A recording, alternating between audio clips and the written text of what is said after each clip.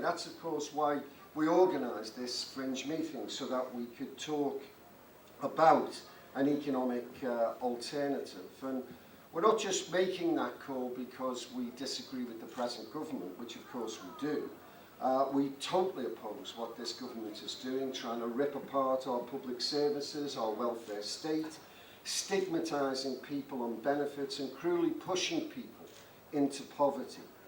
The people, of course, that the government are currently saying are a burden on public spending, and people that have to take the brunt of the blame for this current crisis. These are the very people who teach our children, who heal our sick, who care for our elderly and our vulnerable, who encourage our youth, who clean our streets and collect our refuse. These are the very people who create the fabric of the civilised communities that we live in, and we condemn out of hand the attacks on our public sector workers by this government.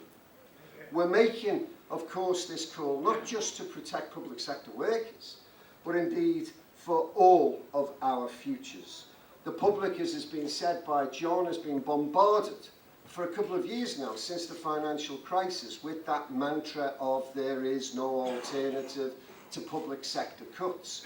There is no alternative. You might remember, some of you in the audience, when that evil mantra was first used by Thatcher, when she told us in the 80s that there was no alternative to the decimation of our manufacturing base and the destruction of many of our communities.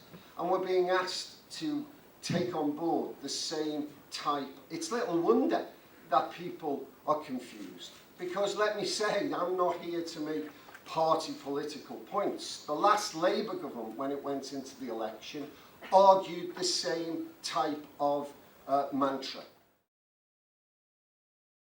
The current economic woes that we're going through, as both John and Dave have touched upon, make grim reading. We've now got 2.5 million people unemployed, and that's growing on a daily basis.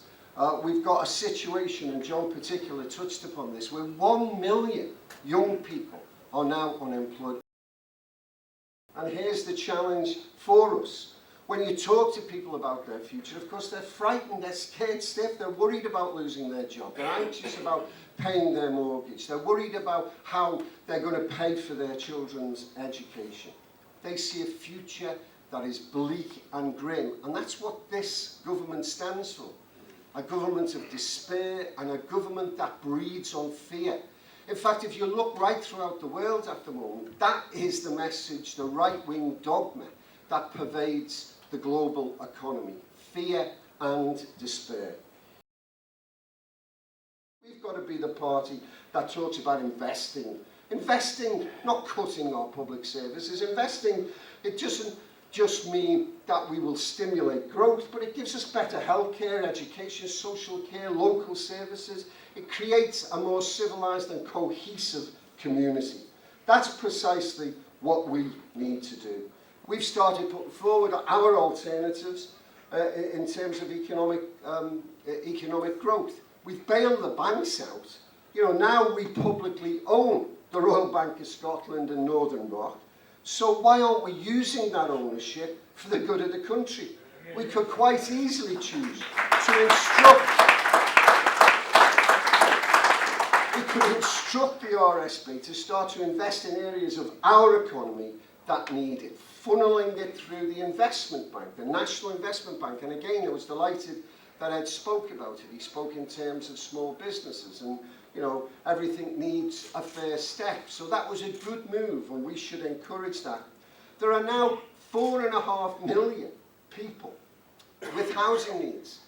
Between 3 million and 4.5 million, depending on the standard you're talking about. 1.6 million children live in overcrowded, temporary or rundown housing. Yet the answer isn't rocket science. We need to build more homes.